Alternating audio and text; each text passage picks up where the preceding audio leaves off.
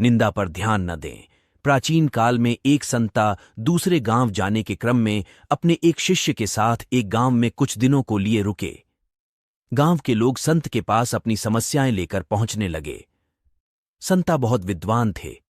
वे अपनी बुद्धि से सभी परेशानियों को दूर करने रास्ता बता देते थे। कुछ ही दिनों में संत की प्रसिद्धि पूरे क्षेत्र में फैल गई। संत रोज प्रवचन भी देते थे।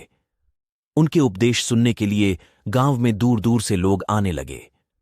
संत की बढ़ती प्रसिद्धि को देखकर गांव के एक पुजारी को जलन होने लगी।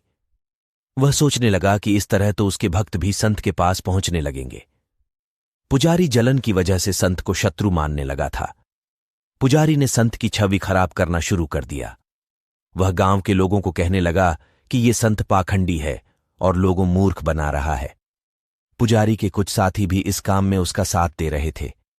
एक दिन संत के शिष्य ने गांव में अपने गुरु की बुराई सुनी तो वह क्रोधित हो गया।